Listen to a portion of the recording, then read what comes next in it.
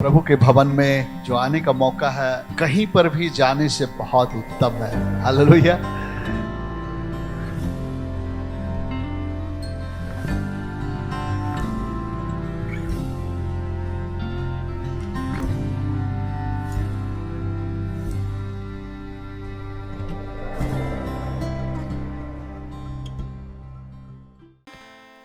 आइए हम अपने स्थानों पे खड़े हो जाएं और प्रभु को धन्यवाद देंगे। प्रभु का धन्यवाद करते हैं कि परमेश्वर ने विश्वास योग्यता से प्रभु जो है हमको संभालता है। और कई बार परमेश्वर अपने वचन में अपने लोगों को याद दिलाता है कि तेरा मन कच्चा ना हो, इधर उधर मत ताक, मैं तेरा परमेश्वर यहोवा हूँ, तुझे दृढ़ करूँगा, तेरी सहायता करूँगा, तेरी मदद करूँगा। आमीन, हालेलुया। कई बार हम डर जाते, घबरा जाते हैं, लेकिन हमारा परमेश्वर हमारे करीब है। आमीन, हालेलुया। आइए हम अपने आंखों को बंद करके इस समय प्रभु को धन्यवाद देंगे, अपने मनों को तैयार करेंगे। वचन कहता है जब हम उसके पास आए तो एक भय के साथ आए, आदर के साथ आए कि वो है और वो जीवित है और हमारी आराधनाओं को, हमारी स्तुति को, हमारी प्रार्थनाओं को सुनता है। हम उस हृदय के साथ आए कि हम एक जीवित परमेश्वर के सामने आए हैं और वो परमेश्वर हमारी प्रार्थनाओं को सुनता है। हालेलुया। प्रभु हम धन्यवाद देते हैं अनुग्रहकारी परमेश्वर, आज के दिन के लिए पिता, पवित्र आत्मा हर एक बातों को आपके हाथों में सौंपते हैं। हालेलुया। पिता परमेश्वर, आपका स्वागत है हमारे बीच में। पवित्र आत्मा तेरा स्वागत है हमारे बीच में। हम सबको अपनी आत्मा से भर दीजिए पिता परमेश्वर, कि हम आपकी आराधना, आपकी स्तुति आत्मा और सच्चाई से करने पाए। Hallelujah, thank you Lord. आइए उसे धन्यवाद दें। हालेलुया, ओ धन्यवाद, थैंक यू लॉर्ड। पिता, हम तेरी ओर दृष्टि करते हैं। अनुग्रह करने वाले परमेश्वर, दया करने वाले परमेश्वर,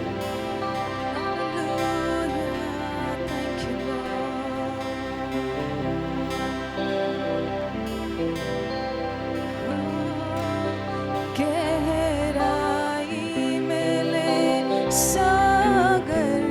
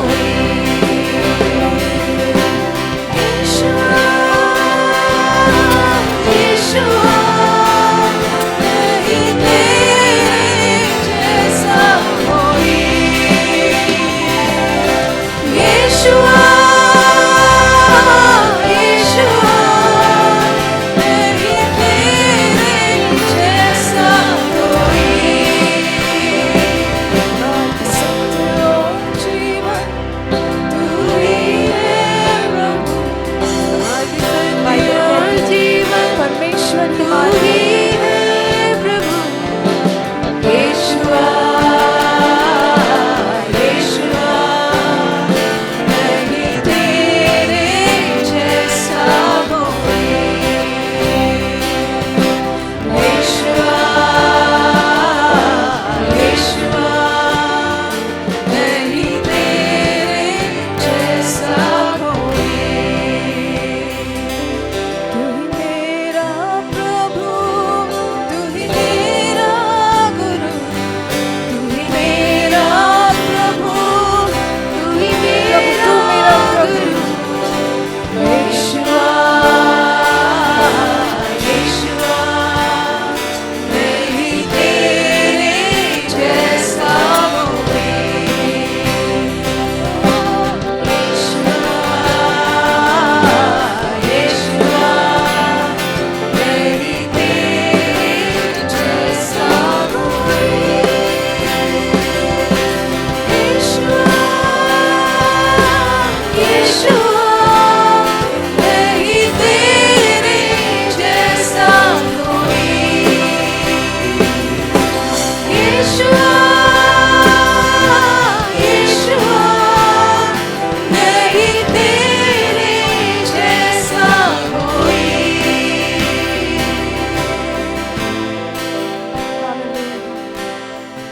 आमीन। कितने आदर की बात है, सौभाग्य की बात है कि हम परमेश्वर के भवन में पाए जाते हैं। हालेलुया। आइए मिल के गाएंगे उसकी स्तुति के लिए। मैं गाऊं हालेलुया अपने शत्रुओं के बीच में। आमीन। Hallelujah hallelujah. जब हम अपनी परमेश्वर की स्तुति करते हैं, आराधना करते हैं, परमेश्वर हमको जय दिलाता है। आमीन। हालेलुया। आइए मिल के गाएंगे ताली बजा के। मैं गाऊं हालेलुया।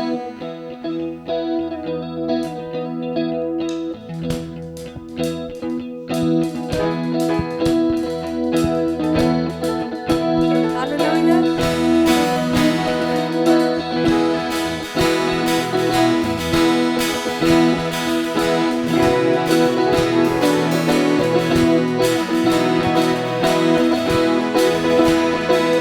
मैं गाऊं हालेलुया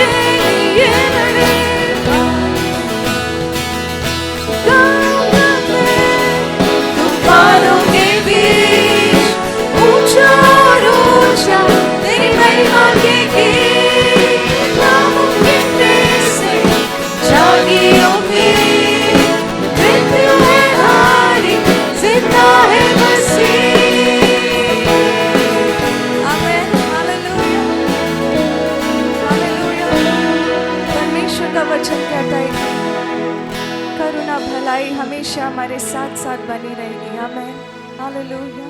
आइए मिलके इस गीत को गाएंगे, करुणा भलाई मेरे साथ साथ बनी रहेगी। Thank you. है यकीन तुझ पे खुदा।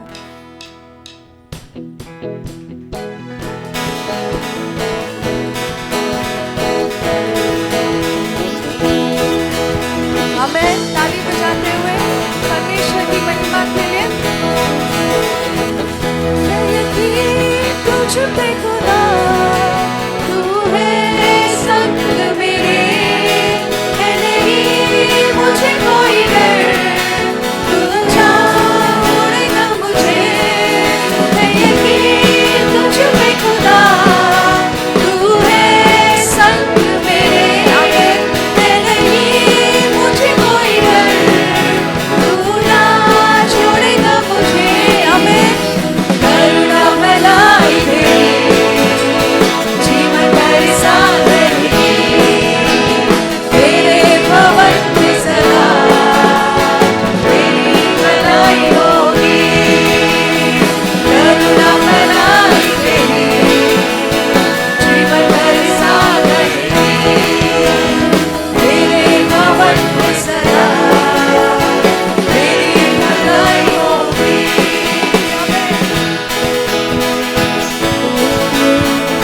हालेलुया। चाहे हम मौत की वादियों से भी गुजरे, परमेश्वर हमारे साथ है।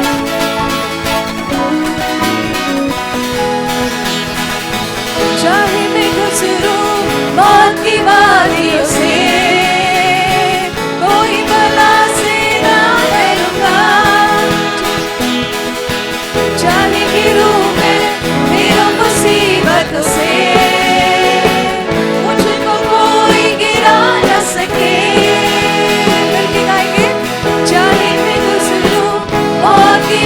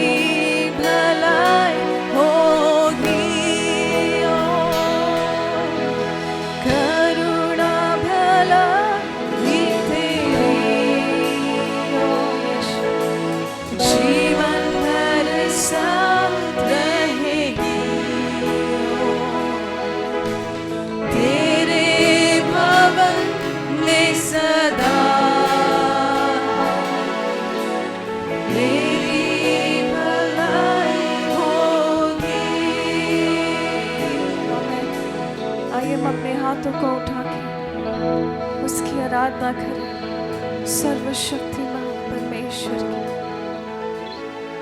थैंक यू लॉर्ड,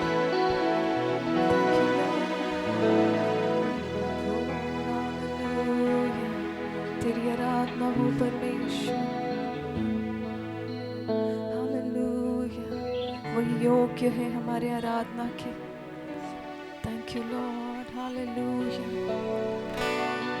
तू ही योग्य है परमेश्वर। आइए हम प्रभु की ओर देखें। हालेलुया, हमारे आराधना के योग्य वो है। हालेलुया, पवित्र आत्मा तुम्हारे बीच में अद्भुत रीति से कार्य कर प्रभु।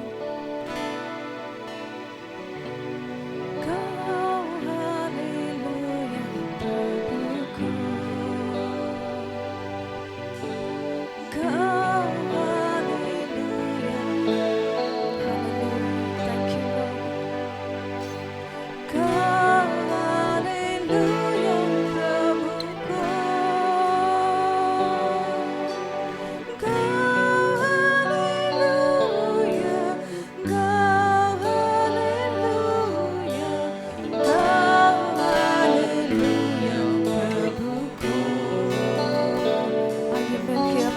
को उठा के हमारा परमेश्वर, सर्वशक्तिमान परमेश्वर,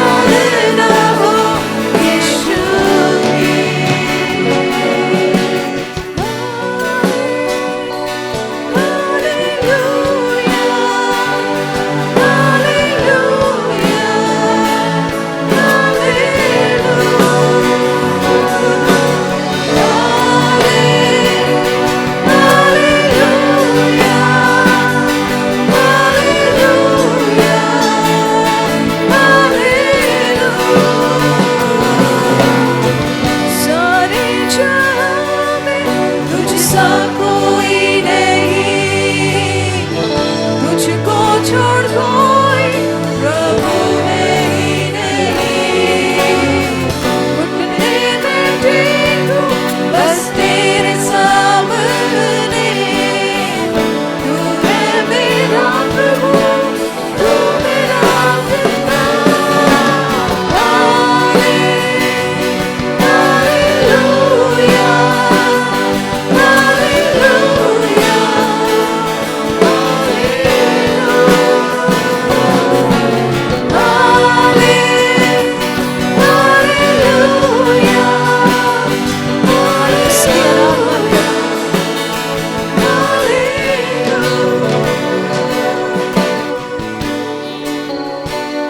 प्रभु तू योग्य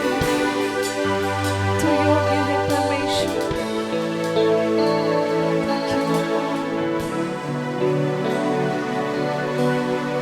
सारे जहां में तुझसा कोई नहीं हमारे परमेश्वर के सिवा।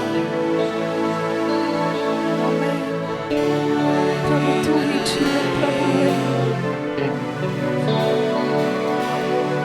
बस तेरे सामने, तू मेरा प्रभु, तू मेरा पिता। हालेलुया, हालेलुया, हालेलुया, पूरे हृदय से हालेलुया,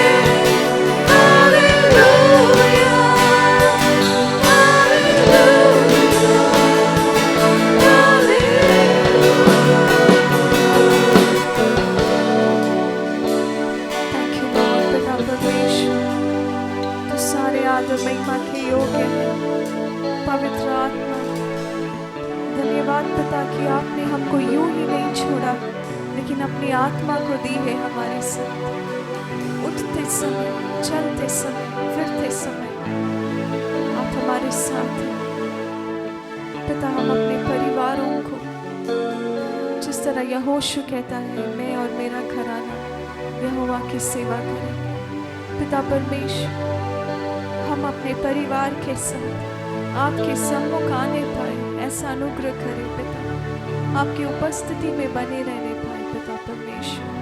धन्यवाद देते हैं, आपको सारा आदर महिमा देते हैं। स्तुति आराधना को अपने स्वर्गीय राज्य में दया से ग्रहण करें। आमीन, आमीन, आमीन। Praise the Lord. Lord, praise the Lord. आइए परमेश्वर के वचन से हम लोग अध्ययन करेंगे। एंड ओके, हम लोग दूसरा पत्रस खोलेंगे और वहाँ से हम लोग अध्ययन कर रहे हैं।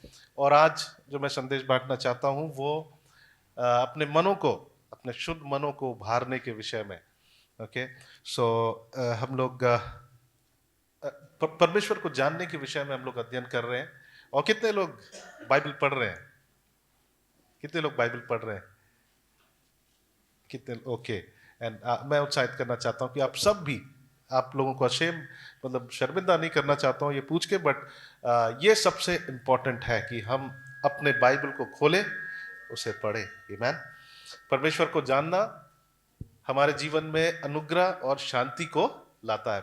दूसरा पत्रस उसका 1 अध्याय एंड उसका 2 पद को, जब 3 पद को पढ़ते हैं, 2 पद को पढ़ते हैं तो वहां लिखता है अनुग्रह और शांति बहुत आयत से हमें मिलेगी, लेकिन वो कैसे आएगा? परमेश्वर की पहचान से आएगा, और प्रभु एंड स्पेशली प्रभु यीशु मसीह की पहचान से आएगा। आमीन। सो तीसरा पद में जो हम देखते हैं वहां पे लिखा है कि हमें ईश्वरीय शक्ति जो है वो हमें जीवन और भक्ति से संबंधित जो भी चाहिए उसके द्वारा हमें प्राप्त हुआ है, वो हमारे लिए प्रबंध है। लेकिन वो एक्टिवेट कब होता है? जब हम परमेश्वर को पहचानते हैं। आमीन, हालेलुया। हम उसको पढ़ना चाहते हैं। दूसरा पत्रस उसका 1 अध्याय और उसका 3 पद यहाँ लिखा, क्योंकि उसकी ईश्वरीय सामर्थ ने सब कुछ जो जीवन और भक्ति से संबंध रखता, आपके जीवन और भक्ति से संबंधित जो भी बातें हैं, जो भी बल चाहिए, वो ईश्वरीय सामर्थ हमारे लिए प्रबंध है। परमेश्वर का सामर्थ हमारे लिए प्रबंध है, लेकिन वो तब तक हमारे जीवन में दिखेगा नहीं जब तक हम किसको ना पहचाने, प्रभु यीशु मसीह को ना पहचानने का मतलब जानना, परमेश्वर को जानना, टू नो अवर लॉर्ड, है ना। परमेश्वर को जानना बहुत इंपॉर्टेंट है। और फिर हमने देखा दानियल 11:32 में कि जो अपने परमेश्वर का ज्ञान रखते हैं वो हियाव बांध कर क्या करेंगे, बड़े काम करेंगे। एंड यस, हम लोग जरूर बड़े बड़े कामों को करेंगे, बड़े परमेश्वर के लिए बड़े कामों को करेंगे। हम अपने जीवन में बड़े बड़े चट्टानों को हम लोग पार करेंगे, लेकिन यहाँ पर उस जगह पर जो लिखा हुआ है वो स्पेशली उसका संदर्भ ये है कि जो अपने परमेश्वर को जानेंगे वो अंत के दिनों में क्रिस्त विरोधी भी जब आएगा तब वो हियाव बांधकर परमेश्वर के साथ चलने पाएंगे। आमीन। सो अंत के दिनों में बड़ा काम ये नहीं होगा कि लोगों को मुर्दों में से जिलाना, ठीक है, और लोगों को चंगा करना। यस, परमेश्वर हमें इस्तेमाल करता है, वो जरूर परमेश्वर प्रबंध करता है लोगों के लिए। बट देन जो इंपॉर्टेंट बात यह है कि अंत के दिनों में वहां पे दुष्ट राजा के विषय में लिखा है, और वहां पे लिखा जो परमेश्वर के वाचा को तोड़ता है वो उसके चिकनी चुपड़ी बातों में आकर भक्तिहीन हो जाएगा। ओके, और फिर लिखा है कि जो अपने परमेश्वर का ज्ञान रखते हैं वो हियाव बांधकर क्या करेंगे, अंग्रेजी में लिखा है they will do mighty exploits, है ना। एक्सप्लॉइट का मतलब, एक्सप्लॉइट जो शब्द है वो एक्सप्लोजन से आया, यानी वो हियाव बांधकर विस्फोटक कामों को करेंगे। और वो क्या है, अंत के दिनों में जब क्रिस्त विरोधी जब उठने लगेगा, वो ऑलरेडी हमारे बीच में है, जब सताव आएगा लोग हियाव बांधकर प्रभु के साथ बने रहने पाएंगे। अंत के दिन में अगर हम कुछ बड़ा काम कर सकते हैं वो क्या है, अपने विश्वास में बना रहना। हालेलुया। अपने विश्वास पे बना रहना वो सबसे बड़ा काम है, वो सबसे हमारे लिए हियाव बांधकर बड़ा काम करना है। आमीन। यूहन्ना उसका 15:5 में हमने देखा कि जो परमेश्वर अगर प्रभु कहता है, वहां पे लिखा है अगर जो मसीह में बने रहेगा और मसीह उनमें बने रहेगा वो क्या लाएगा, बहुत फल को लाएगा। सो मसीह में बने रहने का मतलब है जो वचन में को जानता है और उसमें बने रहेगा वो क्या लाएगा, बहुत फल लाएगा। आमीन। सो प्रभु को जानना बहुत इंपॉर्टेंट है। आज हम लोग थोड़ा और आगे बढ़ेंगे और 12 पद से हम लोग अध्ययन करेंगे, दूसरा पत्रस 1 अध्याय का 12 पद। और यहाँ पर आज का जो थीम है वो है अपने अपने शुद्ध मन को उभारना, टू स्टर अवर माइंड्स।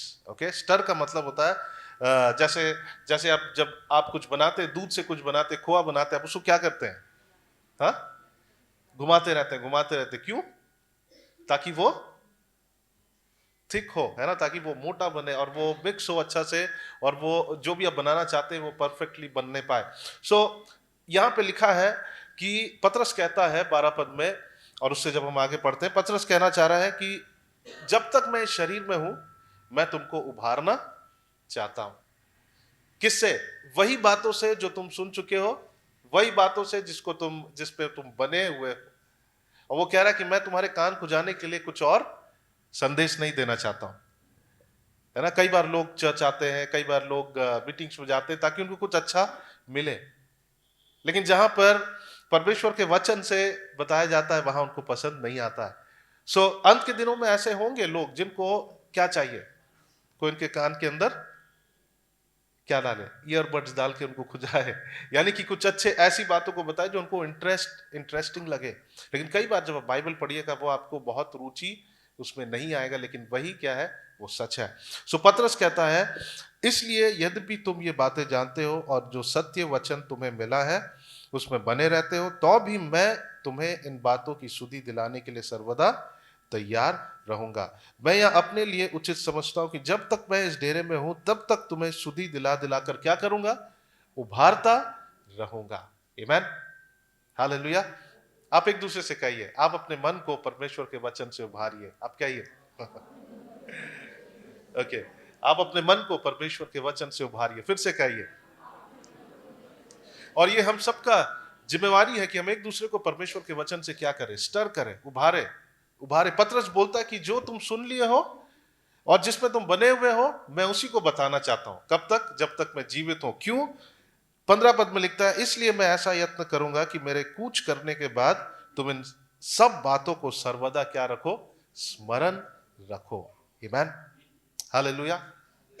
सो पतरस जानता है कि मसीह की पहचान होना कलीसिया को कितना इंपॉर्टेंट है, परमेश्वर को जानना कितना इंपॉर्टेंट है, क्योंकि परमेश्वर के जानने से ही हमें अनुग्रह और शांति मिलता है। आप प्रेयर करवाएंगे अनुग्रह और शांति के लिए, हो सकता है कि आप थोड़ा अनुभव करेंगे, लेकिन 2 पद में लिखता है परमेश्वर की और हमारे प्रभु यीशु मसीह की पहचान के द्वारा अनुग्रह और शांति तुम में बहुत आयत से क्या हो, बना रहे। आज हम लोग प्रभु को जानना बहुत ही प्राइमरी, मतलब कि बहुत ही बाइबल जो बताता है हम प्रभु को कैसे जानेंगे, उसके वचन को पढ़कर जानेंगे। बहुत बहुत सिंपल, परमेश्वर के वचन को पढ़कर हम परमेश्वर को क्या करते हैं, जानते हैं। ये सबसे पहला स्टेप है।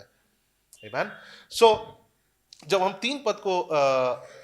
2 पद को देखेंगे, 3 पद को यहां पे लिखा है, यहां पे फिर से वो कह रहा है कि हे प्रियो, अब मैं तुम्हें यहाँ दूसरी पत्री लिखता हूं और दोनों में सुधि दिला दिलाकर तुम्हारे शुद्ध मन को क्या करता हूं, उभारता हूं। आमीन, है ना। वो उनके मन को कैसे उभार रहा है, रिमाइंडर देके, ठीक है, रिमाइंड करके, याद दिलाकर। सो हम अपने मन को कैसे उभारते हैं, परमेश्वर के वचन को रिमाइंड करके। आमीन, है ना। एक बार सुने, फिर दूसरा बार जब हम उसको सुनते हैं, हम क्या कर रहे हैं, अपने आप को रिमाइंड कर रहे हैं, यानी फिर से याद दिला रहे हैं, स्मरण दिला रहे हैं। सो वो कह रहा है कि मैं तुम्हें इस रीति से तुम्हारे मन को उभारना चाहता हूं। किस रीति से? By the way of reminder, ठीक है। रोमी उसका 12 अध्याय और इसका 1 पद में लिखता है, मन के नए होने के विषय में लिखा गया है, मन की नवीनीकरण के विषय में, रिन्यूइंग ऑफ योर माइंड, यानी कि हमारे मन को हर दिन जरूरी है कि हम उसको क्या करें, रिन्यू करें। और वो किससे? परमेश्वर के वचन से। आमीन, हालेलुया। सो यहां पर पतरस इन लोगों को उभार रहा है, और वो एक ही मैं समझता हूं कि पौलुस, पतरस जितने भी प्रेरित थे, वो लगभग एक ही संदेश बांटते थे। कोई वहां पर फैंसी संदेश नहीं था। पौलुस का एक ही संदेश था। वो क्या था? प्रभु यीशु मसीह का मारा जाना, गाड़ा जाना, जी उठना, पुनरुत्थान और उसका स्वर्ग में जाना, और फिर एक बात कि प्रभु यीशु मसीह फिर आने वाले हैं। हालेलुया, आमीन। और दूसरी बात बाइबल में लिखा है, सबसे पहले उसके राज्य और उसकी धर्म की खोज करो और ये सारी वस्तुएं तुम्हें मिल जाएंगी। सो जो चीजें हैं, वस्तुएं हैं, जो ब्लेसिंग्स है, वो क्या है? वो उसका रिजल्ट है जब हम प्रभु को जानते हैं। सो हम उन चीजों के पीछे नहीं भागते, बट देन हमको किसके पीछे जाना है? परमेश्वर के राज्य और उसकी धर्म की क्या करना है? खोज करना है। आमीन। यिर्मयाह उसका 29 एंड वर्स 13 में हम पढ़ते हैं कि जो उसे ढूंढेगा वो उसको पाएगा। जो भी परमेश्वर को ढूंढेगा वो उसे पाएगा। आमीन, हालेलुया। सो यहां पे पतरस जो है वो लोगों को उभारना चाहता। तो मैं आपको आज कहना चाहता हूं कि आप अपने अपने मनों को क्या करें? उभारें। और हम अपने मन को कैसे उभार सकते हैं? मन को उभारने के लिए या तो कुछ कंटेंट चाहिए, है ना, कुछ तो चाहिए कि हम अपने मन को स्टर करें। ठीक है, आप हर दिन आप कुछ वीडियोस देखते रहिए। वो आपका मन क्या करता है? आपके मन को उभारता है। तो मैं आपको उत्साहित करना चाहता हूं कि आप अपने अपने मन को उभारे। आप जितना उभार सकते हैं परमेश्वर के वचन को पढ़कर अपने मन को उभारे, क्योंकि इन अंतिम दिनों में मन को उभारना बहुत जरूरी है। हम लोग पढ़ेंगे क्यों, और प्रभु को जानना क्यों इंपॉर्टेंट है। आज हम और 1-2 विषय पर हम लोग अध्ययन करेंगे।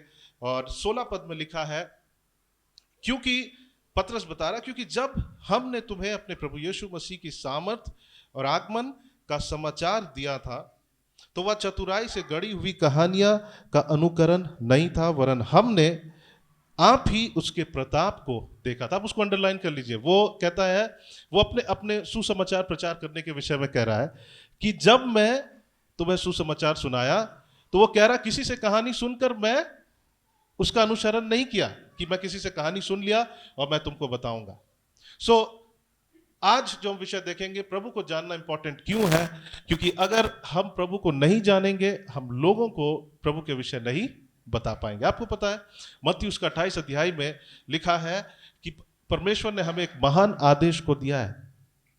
कितने लोग इसको विश्वास करते हैं? हाँ, हम बस कलीसिया आकर ब्लेस होकर जाने के लिए नहीं।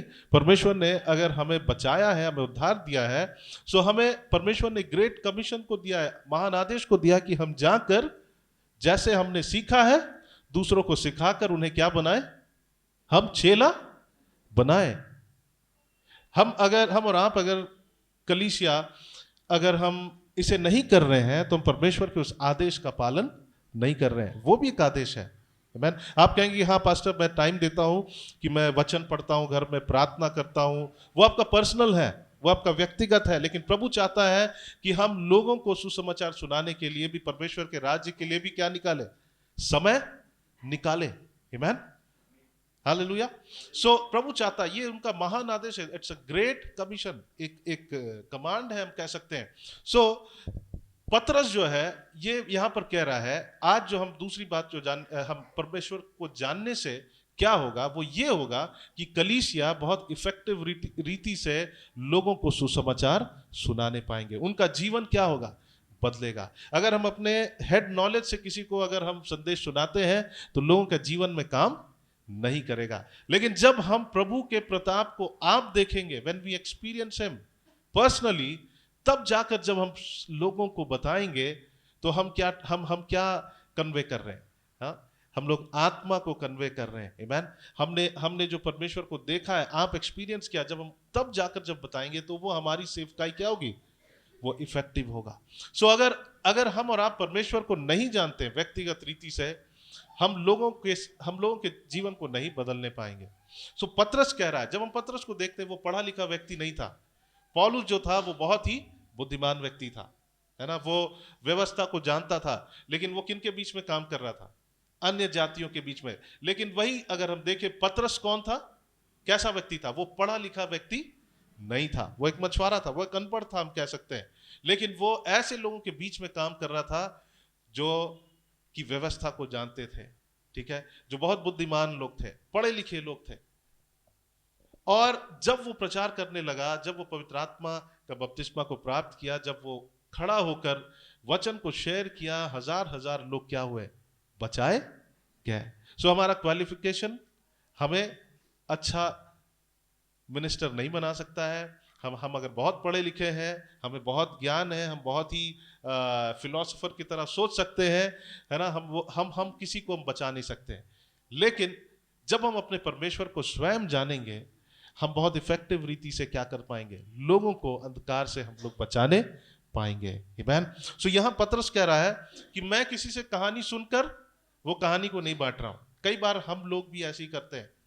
कई बार चर्च में लोग चाहते हैं कि वो तुरंत प्रचारक बन जाए, किसी से सुने और वो चाहते हैं कि वो तुरंत जाकर प्रचार करे। लेकिन पतरस क्या कहता है, लिखा है कि हमने तुम्हें अपने प्रभु यीशु मसीह की सामर्थ का और आगमन का समाचार दिया था, तो वह चतुराई से गढ़ी हुई कहानियों का अनुकरण नहीं था।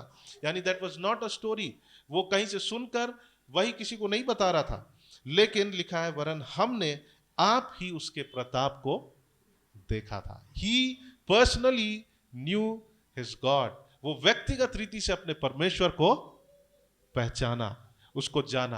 आमीन। पहचानने का मतलब, अगर मैं आप किसी को पहचानता हूं, अगर आप मेरे पास आपके विषय में कुछ इंफॉर्मेशन है कि आप यहाँ रहते हैं, आपका ये नाम है, मैं आपको पहचानता नहीं हूँ, लेकिन जब मैं आपके साथ उठता बैठता हूँ, मैं क्या कर रहा हूँ, मैं आपको पहचानता हूँ। राइट। सो पतरस कहता है कि मैंने आप ही पर्सनली, वो कहता है, उसके प्रताप को देखा है। ये हमारी प्रार्थना होनी चाहिए कि परमेश्वर, मैं आपकी प्रताप को देखना चाहता हूं। हालेलुया। हम लोग पिछले दिन कुछ लोगों के टेस्टिमनीज को पढ़ रहे थे, और वो साधारण लोग थे, लेकिन आकर हमारे देश में वो बड़े बड़े कामों को किया, और बहुत सारे स्थानों में वो लोग कई लोगों को प्रभु के पास लाने पाए, कई लोगों को बुरे परिस्थितियों में से निकाल कर प्रभु के पास लाने पाए। क्यों? क्योंकि वे अपने परमेश्वर को जानते हैं। हालेलुया। आमीन। सो पतरस कहता है कि मैं आप ही उसके प्रताप को देखा है। ये हमारी प्रार्थना होना चाहिए कि प्रभु, मैं स्वयं आपकी प्रताप को देखना चाहता हूं। मैं एक दिन संदेश सुनकर मैं सेटिस्फाइड नहीं हूं। प्रभु, जैसे पास्टर प्रीच कर रहे हैं, उनको जो प्रकाशन मिला है, मैं उससे सेटिस्फाइड नहीं हूं। मुझे आपसे सुनना है। आमीन।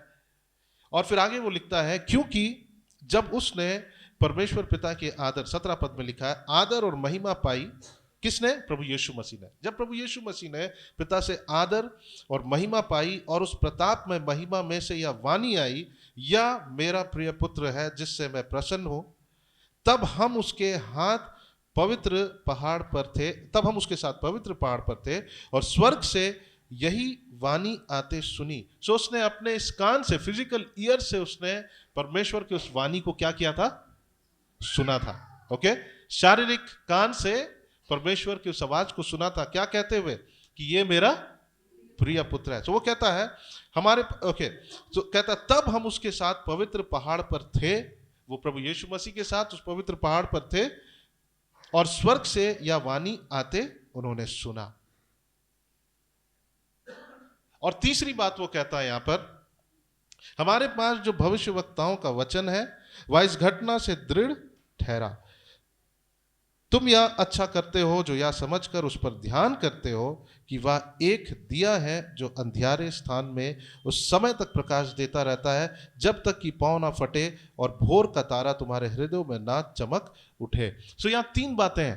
पतरस कह रहा है कि उसने आप ही प्रभु यीशु मसीह के प्रताप को देखा है, परमेश्वर के प्रताप को देखा है, वो एक्सपीरियंस किया है। वो उनके साथ फिजिकली उठता बैठता था। जब पहला यूहन्ना को पढ़ेंगे वहां पे लिखा है कि हमने उनको देखा है, हमने शारीरिक रीति से प्रभु यीशु मसीह के साथ समय व्यतीत किया है। और दूसरी बात वो कहता है कि जब परमेश्वर कह रहे थे, यहोवा जब कह रहे थे प्रभु यीशु मसीह को आदर और महिमा दे रहे थे, और वो कह रहे थे उस पहाड़ पर जब ये सब थे और प्रभु यीशु मसीह थे, और परमेश्वर ने जब कहा कि ये मेरा प्रिय पुत्र है, तब उसने अपने फिजिकल ईयर से सुना। ये दोनों प्रिविलेज हमारे पास नहीं है, क्योंकि आज हम प्रभु यीशु मसीह के साथ शारीरिक रीति से नहीं है। लेकिन तीसरा बात जो वो कहता है, वो क्या लिखा है? हमारे पास जो भविष्य वक्ताओं का वचन है। आइए हम एक दूसरे से देख कर कहें, हमारे पास परमेश्वर का लिखा हुआ वचन है।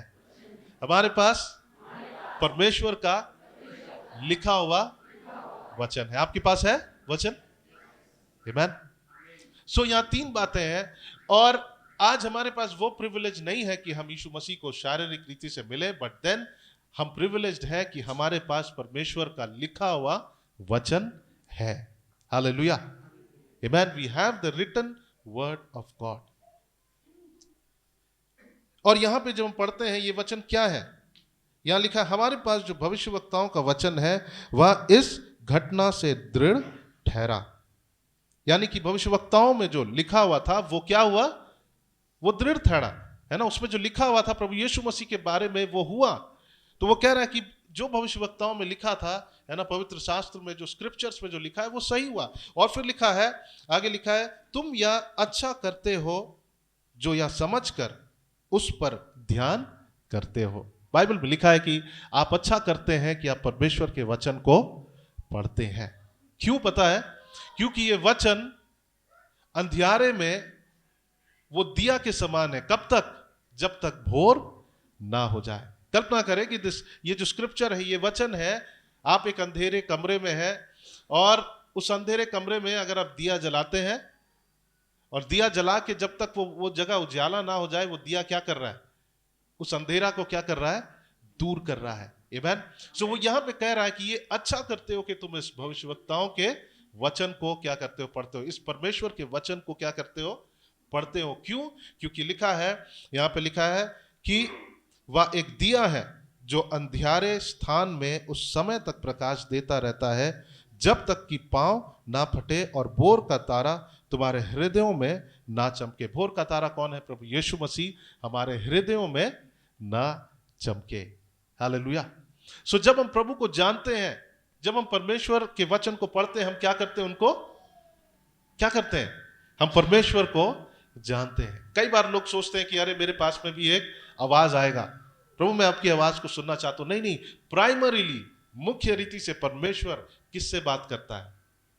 परमेश्वर अपने वचन से बात करता है। एंड अगर हम और स्पेसिफिक जाए तो बाइबल में लिखा है, पूर्व में परमेश्वर अपने भविष्यवक्ताओं के द्वारा धीरे धीरे भांति भांति करके लोगों से बात किया, लेकिन आज वो कम्युनिकेशन गैप क्या हो गया है? खत्म हो गया है। आज परमेश्वर हमसे अपने पुत्र प्रभु यीशु मसीह के द्वारा बात करता है, उसके वचन के द्वारा हमसे बात करता है। हमारे पास, आपके पास ये लिखा हुआ वचन है, आज है हमारे पास। हमें नहीं पता भविष्य में होगा या ना होगा। इससे पहले कि ये सब बाइबल हमारे पास आना बंद हो जाए, हम इस वचन को पढ़ें, आमेन। हम 10-15 बाइबल और खरीद के रखे घर में, ताकि हमारे आने वाले पीढ़ी के लिए बाइबल रहे कि वो पढ़ सके। आमेन। क्योंकि परमेश्वर का वचन क्या है? वो दिया के समान है जो अंधेरा को दूर करता है। जब तक भोर ना हो जाए वो क्या करता है? उस अंधेरे को दूर करता रहता है परमेश्वर का वचन। आमेन। आपके जीवन में आप कल्पना करें, आप सोचिए कि कौन सा ऐसा क्षेत्र है जो अभी भी अंधियारा में है, आपके परिवार में, है ना, आपके जीवन में। आपके जीवन में कौन सा ऐसा स्थान है जहां आपको अनुग्रह चाहिए, जहां पे आपको शांति चाहिए? बाइबल हमको बहुत क्लियरली बताता है, बहुत सिंपल है, कि उसको जानने से हमें अनुग्रह और शांति मिलती है। और हम परमेश्वर को कैसे जानते हैं? जब हम उसके वचन को पढ़ते हैं। आमेन। सो आज कलीसिया में ये कमी है कि लोग अपने बाइबल को पढ़ते नहीं है, दूसरों को सुनते हैं जरूर, लेकिन वो अपने अपने बाइबल को नहीं पढ़ते हैं। वो परमेश्वर के वचन को नहीं जानते हैं, और वो परमेश्वर को नहीं जानते, इसलिए उनके जीवन में अनुग्रह और शांति नहीं है। अगली बार कोई आपसे पूछेगा कि ब्रदर आप मेरे लिए प्रार्थना करें कि मुझे अनुग्रह और शांति मिले, आप बोलिए कि जाकर आप वचन पढ़िए। क्या बोलेंगे? जाकर परमेश्वर के वचन को पढ़िए। जब आप परमेश्वर के वचन को पढ़ेंगे, आप परमेश्वर को पहचानेंगे, और उसकी पहचान से आपको क्या मिलेगा? अनुग्रह और शांति मिलेगा। यस, हम जरूर प्रार्थना करते हैं कि परमेश्वर उसे अनुग्रह दे, परमेश्वर उसको सहायता करे, बट देन इंपॉर्टेंट बात यह है कि जब हम प्रभु को जानेंगे तब हम उसके अनुग्रह और शांति को पाएंगे। और कई हजार लोग वहां पर उद्धार प्राप्त किए। आमेन, हालेलुया। सो परमेश्वर ने हमें एक असाइनमेंट दिया है कि हम जाकर लोगों को उस उद्धार के रास्ता को बताएं। और ना हम अपने बल से कर सकते हैं, ना अपने बौद्धिक ज्ञान से कर सकते हैं, लेकिन जब हम उसके प्रताप को स्वयं देखेंगे, जब हम वचन को पढ़ते हैं, है ना, हम परमेश्वर के प्रताप को क्या करने पाएंगे? देखने पाएंगे। Hallelujah, hallelujah. कितने लोग चाहते हैं कि आप स्वयं परमेश्वर के प्रताप को देखने पाए, आप स्वयं परमेश्वर के उस महिमा में रूप को आप देखने पाए? वो कोई इन आंखों से नहीं, लेकिन जब हम उसके वचन को पढ़ते हैं, हम परमेश्वर को क्या करने पाएंगे? देखने पाएंगे। हालेलुया, आमेन। हमारी आत्मिक आंखें खुल जाएगी। हालेलुया। सो यहां पर 3 बातें हैं जो पतरस वर्णन करता है। सबसे पहली बात क्या है? किसी को याद है? 17 पद से। यस, वो स्वयं परमेश्वर के प्रताप को देखा। दूसरी बात, वो जब यीशु मसीह को परमेश्वर महिमा दे रहे थे, उसको आदर दे रहे थे, जब उनका वो वाणी आया, पतरस अपने इस फिजिकल ईयर से सुना, है ना। और फिर तीसरा बात वो लिखता है कि भविष्यवक्ता में जो लिखा हुआ, भविष्यवक्ताओं में जो वचन लिखा हुआ है, इस घटना को क्या करता है? दृढ़ करता है, यानी कि वो सच हुआ है। सो हमारे पास वो प्रिविलेज नहीं है, लेकिन हमारे पास सबसे उत्तम बात यह है कि हमारे पास परमेश्वर का वचन है। ये वचन कौन है? स्वयं परमेश्वर है। हालेलुया। क्योंकि बाइबल में लिखा, आदि में वचन था और वचन परमेश्वर के साथ था और वचन ही परमेश्वर है। हालेलुया, आमेन। सो यहां पर दूसरी बात हम ये देखेंगे कि परमेश्वर के वचन को पढ़ना क्यों जरूरी है, प्रभु को जानना क्यों जरूरी है। प्रभु को जानना इसलिए जरूरी है क्योंकि अंत के दिनों में झूठे शिक्षक आएंगे। अंत के दिनों में झूठे भविष्यवक्ता उठ खड़े होंगे, और परमेश्वर के वचन को वो लोग क्या करेंगे? उसको मॉक करेंगे, उसका ठट्टा करेंगे। कोई कहेंगे कि अरे प्रभु यीशु मसीह ने कहा, वचन में लिखा कि प्रभु आने वाले हैं, कहां आ रहे हैं? वो इस बात का ठट्टा उड़ाएंगे परमेश्वर के वचन का। सो हमें परमेश्वर के वचन को पढ़ना है, हमें उसका अध्ययन करना है, ताकि हम अंत के दिनों में जो झूठे भविष्यवक्ताएं हैं, हम लोग क्या कर सके? उनसे बच सके। कई लोग हैं, जब हम लोग बात करते हैं तो पता चलता है कि अरे उनको कोई परख ही नहीं है, परख की आत्मा। कई लोग सोचते हैं परख की आत्मा ऐसी हवा से उड़ते हुए हमारे अंदर आ जाएगा। यस, वो पवित्र आत्मा का एक वरदान है, लेकिन वो कब आता है? कब आता है? परमेश्वर को जानने से आता है। हालेलुया। प्राइमरीली, है ना, जो बेसिक चीज है, जब हम उसके वचन को पढ़ेंगे, आपके अंदर एक परख होगा कि क्या शिक्षा सही है, क्या गलत है। किसी ने कुछ दिन पहले कहा कि हम लोग मसीह लोग एक शब्द है जिसको बोलते हैं संदर्भीकरण, ओके, कॉन्टेक्चुअलाइजेशन, है ना। यानी कि हम इस संसार में अगर हमको लोगों तक पहुंचना है तो उनके समान बनकर हमको जाना होगा, ठीक है। और जब मैं सुन रहा था कि क्या क्या करना होगा तो मुझे समझ में आया कि नहीं नहीं, ये सिर्फ कल्चर नहीं है, ये हम परमेश्वर के वचन से हटकर कुछ करने जा रहे हैं। वो लोग जो बता रहे थे कि हमें ऐसा बनना पड़ेगा, इस तरह से लोगों को रीच आउट करना पड़ेगा, जब मैं सुन रहा था उनके विषय में, वो बता रहे कि ये बस एक कल्चर है। नहीं, वो कल्चर नहीं है, लेकिन वो परमेश्वर के वचन के बाहर कुछ करना चाह रहे हैं जिससे कि वो लोगों तक पहुंचना चाहते हैं। सो अंत के दिनों में ऐसे झूठे भविष्यवक्ता बहुत आएंगे। एक इंपॉर्टेंट, सबसे महत्वपूर्ण की ये है कि हम अपने परमेश्वर को जाने, उसके वचन को क्या करें, पढ़े, हम बाइबल को पढ़े। आज बहुत ही अच्छे अच्छे कलीसिया है, चर्च है, और लोगों को अच्छा चर्च जाना अच्छा लगता है, और शायद आप लोग को यहाँ भी आना अच्छा लगता होगा, यहाँ पे अच्छा वर्शिप होता होगा शायद, तो आपको अच्छा लगता होगा। बट देन परमेश्वर चाहता है कि ये काफी नहीं है। परमेश्वर चाहता है कि हम स्वयं परमेश्वर को क्या करें, जाने, उसके वचन को पढ़े। जब हम 2 अध्याय को जब हम पढ़ेंगे, यहां पे जब हम पढ़ेंगे, पवित्र शास्त्र में जो भविष्यवक्ता थे वो कौन थे, वो सच्चे भविष्यवक्ता थे, और जो उन्होंने भविष्यवाणी किया वो पवित्र आत्मा से प्रेरित होकर उन्होंने किया। यस, बाइबल आज भी भविष्यवक्ताओं को रखा है, बट देन अगर वो अपने मनसा के लिए कुछ भविष्यवाणी कर रहे हैं तो वो परमेश्वर की ओर से नहीं है। हम लोग दो अध्याय में हम लोग शॉर्ट में हम लोग देखेंगे कि झूठा भविष्यवक्ता, झूठा शिक्षक कैसे होंगे। बट यहां पे हम लोग पढ़ेंगे, पतरस कहता है कि भविष्यवक्ता में जो वचन है वो क्या हुआ है, दृढ़ हुआ है, और ये वचन हमारे पास है। और जब हम इस वचन को पढ़ते हैं, ये वचन क्या है, दिया के समान है जो अंधियारे में क्या होता है, लाइट देता है। कब तक, जब तक कि भोर ना हो जाए, और जब तक कि प्रभु यीशु मसीह हमारे हृदयों में ना चमके। आमीन।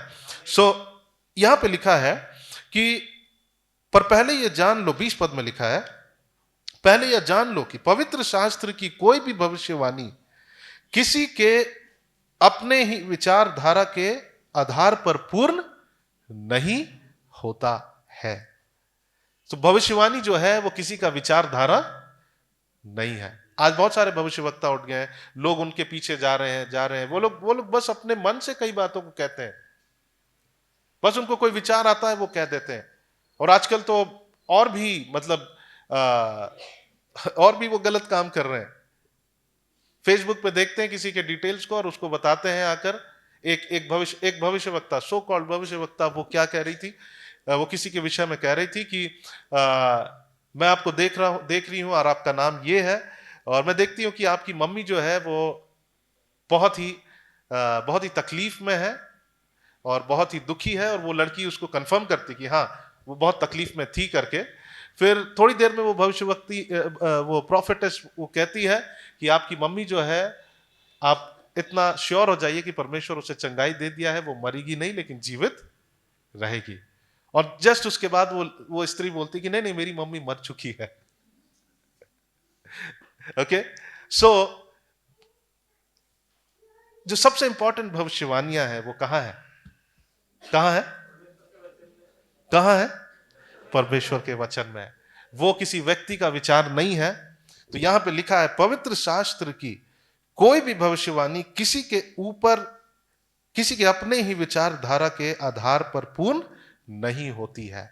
ओके, ये नहीं होती है।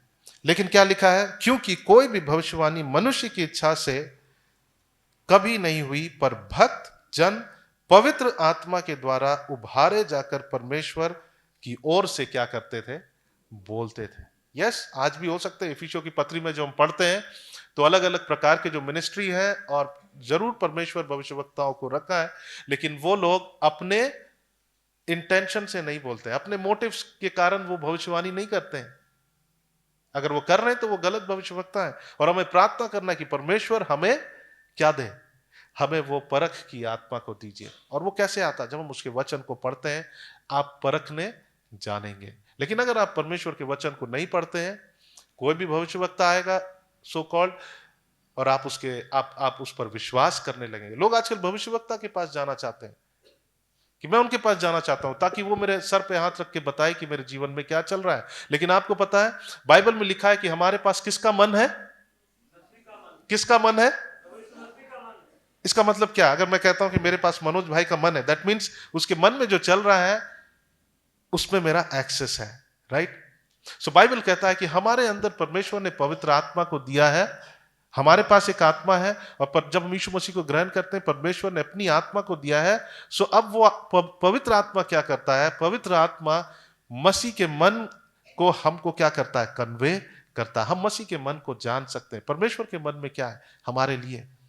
और ये कब आता है? जब हम वचन को पढ़ते हैं, हम परमेश्वर के मन को जानने लगते हैं। हालेलुया, आमीन। सो यहां पर आगे लिखा है, क्योंकि कोई भी भविष्यवाणी मनुष्य की इच्छा से कभी नहीं हुई, पर भक्त जन पवित्र आत्मा के द्वारा उभारे जाकर परमेश्वर की ओर से बोलते हैं। लेकिन जब हम 2 चैप्टर को पढ़ते हैं, वहां पे वर्णन है कि गलत भविष्यवक्ता कैसे होंगे, झूठे शिक्षक कैसे होंगे। सो मैं उसे शॉर्ट में बताना चाहता हूं, और हम लोग पूरा नहीं पढ़ेंगे। लेकिन सबसे पहला बात वो लिखा है, एक पद में लिखा है, जो नाश करने वाले पाखंड का उद्घाटन छिप छिप कर क्या करेगा? वो करेगा। ओके, वो क्या करेगा? सीक्रेटली वो उन शिक्षाओं को लाएगा जो क्या है? नाश करने वाला। सीक्रेटली अगर हम परमेश्वर को जानने वाले हैं, परमेश्वर के वचन को पढ़ने वाले, कोई भी सीक्रेटली आकर हमें गलत शिक्षा भी देना चाहेगा, हम क्या कर पाएंगे? हम परख पाएंगे कि यह गलत शिक्षा है। दूसरी बात वो लिखा है, उस स्वामी का जिसने उन्हें मोल लिया है वो उसका इनकार करेंगे। प्रभु यीशु मसीह का वो क्या करेंगे? वो इनकार करेंगे। वो कहेंगे कि प्रभु यीशु मसीह के अलावा भी एक मार्ग है, वो उसका इनकार करेंगे। फिर ये एक झूठा शिक्षक का क्या है? एक मार्ग है, ठीक है। तीसरी बात हम देखते हैं 2 पद में, बहुत से उनके समान लुचपन करेंगे। क्या करेंगे? लुचपन करेंगे। इंग्लिश में लिखा है, many will follow their corrupt ways, है ना। कई लोग उनका क्या करेंगे? उनके समान लुचपन करेंगे। और फिर लिखा है आगे, जब हम 10 पद के आगे जो दूसरा भाग को पढ़ेंगे, वहां लिखा है 12 पद को पढ़ेंगे, यहां पे लिखा है, पर ये लोग निर्बुद्धि पशुओं ही के तुल्य है, जो पकड़े जाने और नाश होने के लिए उत्पन्न हुए। ये लोग निर्बुद्धि पशुओं के तुल्य हैं, इनका कोई बुद्धि नहीं है। ये बिल्कुल मतलब माइंडलेसली, थॉटलेसली कुछ भी करेंगे। और फिर लिखा है, जिन बातों को 12 पद का दूसरा भाग को जब हम पढ़ेंगे, वहां लिखा, जिन बातों को जानते ही नहीं उनके विषय में दूसरों को बुरा भला कहेंगे। जिन बातों को वो जानते ही नहीं है, ठीक है, परमेश्वर को के बहुत सारे बातों को वो जानेंगे ही नहीं, और उसके विषय में बोलेंगे कि ये क्या है? ये गलत है। और क्या उनका चिन्ह है? जब हम 13 पद को पढ़ेंगे, ओके, वहां लिखा है, उन्हें दिन दोपहर भोग विलास करना भला लगता है। वो अपने सेल्फ के लिए जीवन को जिएंगे। बहुत सारे भविष्यवक्ता हैं, आप देखकर पहचान लेंगे कि ये बस अपने लिए जी रहे हैं, लोगों से कमाने के लिए ये जी रहे हैं, अपने सेल्फ के लिए जी रहे हैं। फिर आगे जब हम देखते हैं और एक बात को देखेंगे, ये लिखा है, ये कलंक और दोष है। ये क्या है? कलंक और दोष है। परमेश्वर के राज्य के लिए, परमेश्वर मसीह के लिए वो क्या है? कलंक और दोष है। उनके कारण किसका निंदा होगा? परमेश्वर। अभी ऐसे बहुत लोग हैं जिनके कारण किसका निंदा हो रहा है? परमेश्वर का निंदा हो रहा है। आप जानते होंगे, आज हमें किसी का नाम लेना उचित नहीं है, लेकिन हम लोग इसको पढ़कर एटलीस्ट जान ले कि कौन सही भविष्यवक्ता है, कौन गलत भविष्यवक्ता। अगर किसी के कारण परमेश्वर का निंदा हो रहा है ना, मसीहों का निंदा हो रहा है, तो वो क्या है? वो गलत भविष्यवक्ता है। फिर आगे लिखा है कि और एक बात लिखा है यहां पर, तो अपनी ओर से प्रेम भोज करके भोग विलास करते हैं। ओके, और फिर आगे लिखा है, उनकी आंखों में व्यभिचार बसा हुआ है और वे पाप किए बिना रुक नहीं सकते। वो व्यभिचारी होंगे। फिर लिखा है वे चंचल मन वालों को क्या कर लेते हैं, फुसला लेते हैं।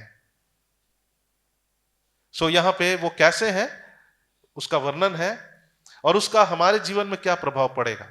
अगर बाइबल कहता है कि हमारा जीवन किससे एस्टैब्लिश होता है, परमेश्वर का वचन हमारे जीवन को एस्टैब्लिश करता है। परमेश्वर का वचन जो है वो हमारे जीवन को स्थापित करता है। अगर परमेश्वर के वचन को आप नहीं पढ़ रहे हैं, आप स्थापित नहीं है, आप एस्टैब्लिश नहीं। एस्टैब्लिश होना मतलब कि परमेश्वर हमें स्थिर करता है, परमेश्वर का वचन हमें स्थिर करता है। लेकिन जो परमेश्वर के वचन को पढ़ने वाले नहीं है, उसके अनुसार चलने वाले नहीं, जो प्रभु को नहीं जानते, वो स्थिर नहीं है। और ऐसे लोग क्या होते हैं, क्या होते हैं, वो चंचल होते हैं।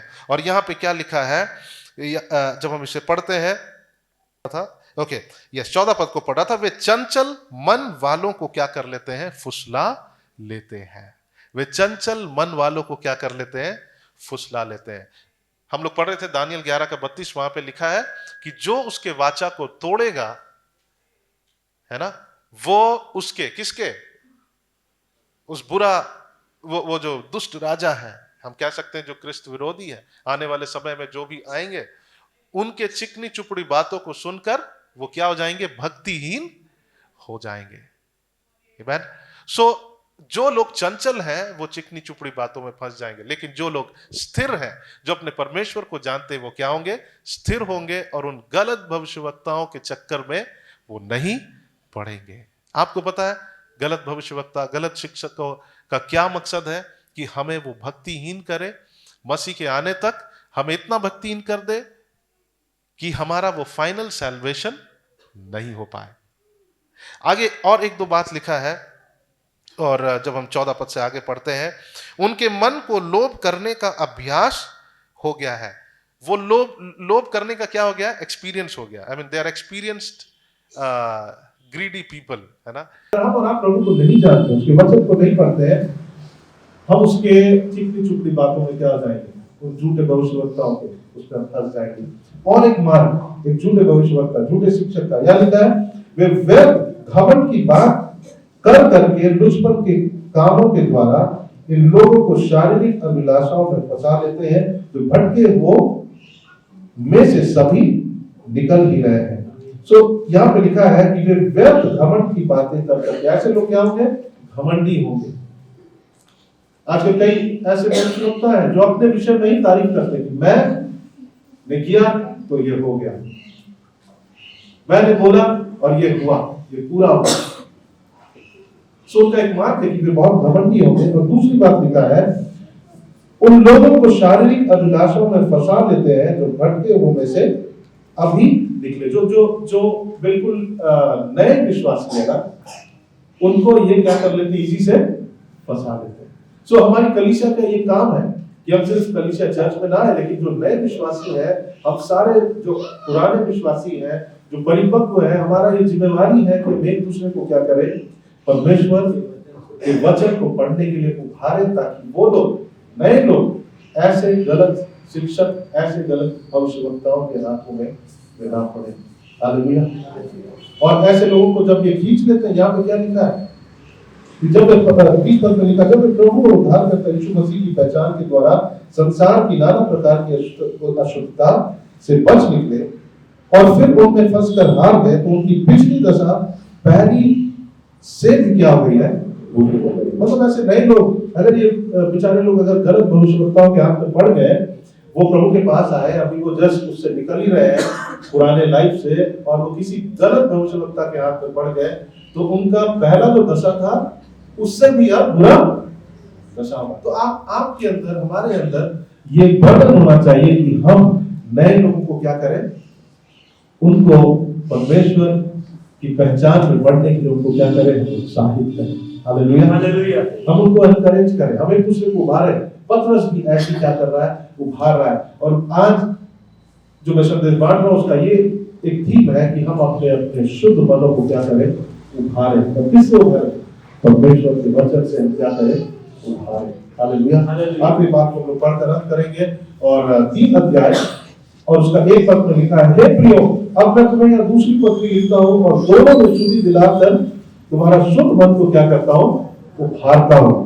कि तुम उन बातों को जो पवित्र भविष्यवक्ताओं ने पहले से कही है और प्रभु और उद्धारकर्ता की उस आज्ञा को स्मरण करो जो तुम्हारे प्रेरितों के द्वारा दी गई। यहाँ पे दो बातें हैं जो भविष्यवक्ताओं में है ना, द होली स्क्रिप्चर, जो बाइबल है, स्क्रिप्चर, और जो प्रेरितों ने हमें सिखाया, यानी जो भविष्यवक्ता, यानी पुराने नियम में किसके विषय में भविष्यवाणी है? प्रभु यीशु मसीह के विषय में। हम लोग पढ़ते हैं बाइबल को, पुराने नियम में सारे कैरेक्टर्स को हम लोग उनके जीवन से सीखना चाहते हैं, अब्राहम से, मूसा से, सबसे, लेकिन वो सब किसके विषय में लिखा हुआ है? प्रभु यीशु मसीह के विषय में। और प्रेरितों ने किसके विषय में लिखा है?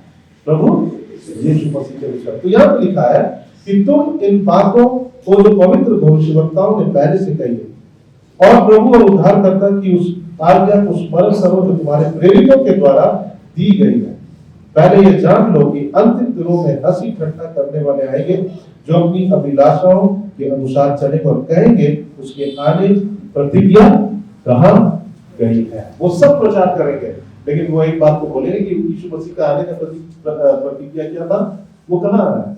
वो नहीं आ रहा। वो क्या कहेगा?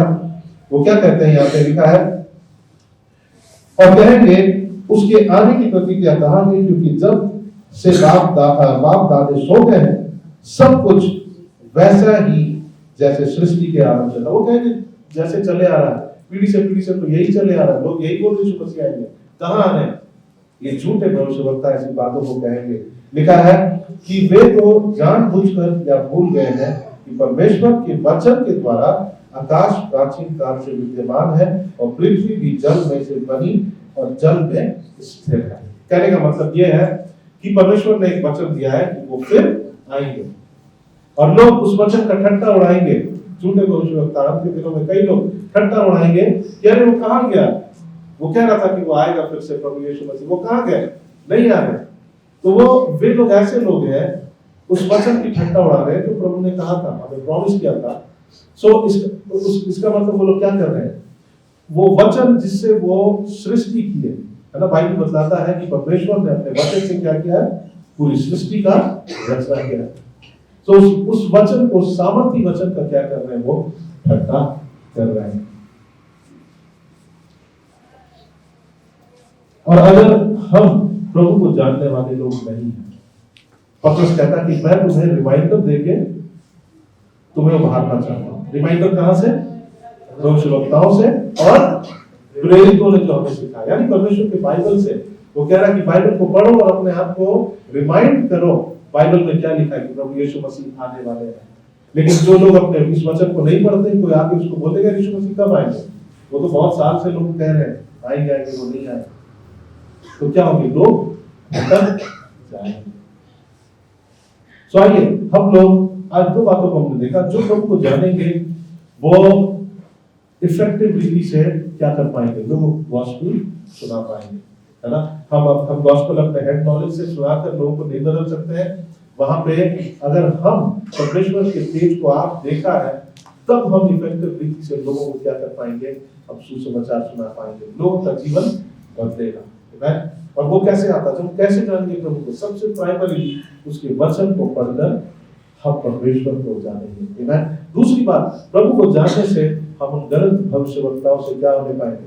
हम बच नहीं पाएंगे। जो अपने वचन को नहीं पढ़ते हैं, कोई अगर अपने संदेश में बस विश्वास के बारे में बोल दे, कुछ भी बोल दे, तो लोग सोचेगा अच्छा हाँ ये बहुत अच्छा शिक्षक है। नहीं, हमें परमेश्वर के वचन को पढ़ना है। आज का संदेश आपके लिए काफी नहीं होना चाहिए। आपको घर वापस जाकर हर दिन प्रभु के वचन पर क्या करना है? अध्ययन करना है। हालेलुया। आप इस वचन को पढ़कर हम लोग अंत करेंगे, 10 पद से पढ़ेंगे। यहाँ लिखा है, और जब हम इसको आगे पढ़ेंगे, यहाँ पे लिखा है कि परमेश्वर जानता है कैसे इन गलत लोगों को दंड देना है, और जो अच्छे लोग हैं उनको बचाना प्रभु जानता है। जैसे नूह और उसके साथ जो भी लोग थे, उसके परिवार के लोग, परमेश्वर ने उन्हें बचाया क्योंकि वो कैसा व्यक्ति था? वो परमेश्वर पर विश्वास करने वाला व्यक्ति था, विश्वास योग्य व्यक्ति था। और प्रभु जानता है कि कैसे गलत भविष्यवक्ताओं को, ऐसे गलत विश्वास करने वालों को प्रभु नाश करने जानता है। और 10 पद में लिखा है कि परंतु प्रभु का दिन चोर के समान आ जाएगा उस दिन आकाश बड़ी खड़खड़ाहट के शब्द से ज्यादा रहेगा और तब तो बहुत ही तप्त होकर पिघल जाएंगे और पृथ्वी और उस पर के काम जल जाएंगे। जबकि ये सब वस्तुएं इस रीति से पिघलने वाली है, तो तुम्हें पवित्र चाल चलन और भक्ति में कैसा मनुष्य होना चाहिए और परमेश्वर के उस दिन की बाट किस रीति से सोना चाहिए और उसके जल्द आने के लिए कैसा यत्न करना चाहिए, जिसके कारण आकाश आग से पिघल जाएंगे और आकाश के गुण बहुत ही तप्त होकर जल जाएंगे। पर उसकी प्रतिज्ञा के अनुसार हम एक नए आकाश और नई पृथ्वी की आस देखते हैं जिनमें धार्मिकता वास करेगी। और फिर 17 पद में लिखा है, इसलिए हे प्रियो तुम लोग पहले ही से इन बातों को जानकर चौकस रहो। हम चौकस कैसे रहते हैं, कैसे रह सकते हैं? अपने आप को परमेश्वर के वचन से उभार कर, हालेलुया, है ना। पतरस क्यों लिख रहे हैं बातों को? उभारना क्यों चाह रहा? ताकि लोग चौकस रहें, आमीन, चौकस रहें इस सत्य को पढ़कर। तो लिखा है, इसलिए हे प्रियो तुम लोग पहले ही से इन बातों को जानकर चौकस रहो, ताकि अधर्मियों के भ्रम में फंसकर अपनी स्थिरता को कहीं हाथ से ना खो दे। पर लिखा है, आइए सब मिलकर पढ़े से, पर हमारे प्रभु और उद्धारकर्ता यीशु मसीह के अनुग्रह और पहचान में क्या लिखा है? हालेलुया, है ना, to grow in the grace and the knowledge of our Lord and Saviour Jesus Christ. यहाँ पे अंत में वो अंतिम किससे कर रहा है? फिर से कि परमेश्वर की पहचान में क्या हो जाओ, बढ़ते जाओ। अगर हम नहीं पढ़ेंगे तो हम क्या हो जाएंगे? यहाँ पे लिखा है, अधर्मियों के भ्रम में फंसकर अपनी स्थिरता को हम अपने हाथ से क्या हो जाएंगे? खो देंगे। अब तक सब सही चल रहा, लेकिन अब वो दिन आ गया है जब अच्छे अच्छे लोग भी परमेश्वर से क्या हो जाने, दूर हो जाते। अच्छे अच्छे सेवक क्या क्या शिक्षा दे रहे हैं, वो बिल्कुल बाइबल से हटकर वो शिक्षा देने लगे और उनके कारण, सेवकों के कारण उनके चर्च में जो भीड़ है वो भी क्या हो जा रहे हैं? वो भटक जा रहे हैं परमेश्वर के मार्ग से। इसलिए प्राइमरीली आप ये मत सोचिए कि हम बैठे बैठे, बाइबल में क्या लिखा है कि अगर तुम मेरे करीब आओगे तो मैं तेरे करीब आऊंगा, अगर तुम मुझे ढूंढोगे तो तुम मुझे पाओगे। और कैसे ढूंढना है? यत्न से ढूंढना है। कैसे ढूंढना है? अपेक्षा के साथ ढूंढना है कि प्रभु को जब मैं खोजूंगा तो मैं उसे पाऊंगा, मैं उसको जानने पाऊंगा। तो अगर आपके घर में एक सोना का रिंग खो गया है तो आप बैठ कर बोलते हैं कि मुझे सोना का रिंग ढूंढना है, नहीं, आप ढूंढेंगे उसे। उस दिन शायद आप खाना नहीं खाएंगे, पूरा सामान निकाल कर घर से बाहर भी फेंक दें, लेकिन आपको सोना का रिंग मिल जाए, वो आपके लिए बड़ी बात होगी। तो आपको यत्न करना पड़ता है। अपने परमेश्वर के इस लिखित वचन को क्या करें? पढ़ें। हालेलुया, हमें कई बार हम प्रभु से कहते हैं, प्रभु मुझे प्रकाशन दीजिए, प्रकाशन दीजिए। सबसे पहले तो ये परमेश्वर का पवित्र आत्मा से प्रेरित होकर लिखा गया वचन है, आप उसे पढ़िए। अगर आप उसे नहीं पढ़ते हैं तो आप स्थिर नहीं होंगे, लेकिन जो अपने परमेश्वर को जानते हैं वो क्या होंगे? वो स्थिर होने पाएंगे। हालेलुया, हमें आइए अपने आंखों को बंद करें और हम लोग कुछ नहीं कहेंगे। जब हम वचन को सुनते हैं हमको उसे अपने जीवन में अप्लाई करना है, हमें कुछ निर्णय को लेना है। परमेश्वर जो हमें आपने उठारा है कि हम आपके वचन को पढ़े, हम आपको जाने, मेरी सहायता कर परमेश्वर से मैं आपको जान पाऊं। आइए हम अपने होठों को खोलें और हमारी प्रार्थना करें और परमेश्वर से कहें, प्रभु मेरी सहायता करना, प्रभु मैं आपको जान सकूं। आइए हम सब अपने होठों को खोलें, प्रार्थना करें, हम लोग सीरियस हो, हम लोग गंभीर हो, क्योंकि अंत के दिनों में जो परमेश्वर को नहीं जानेगा वो भक्तिहीन हो जाएगा।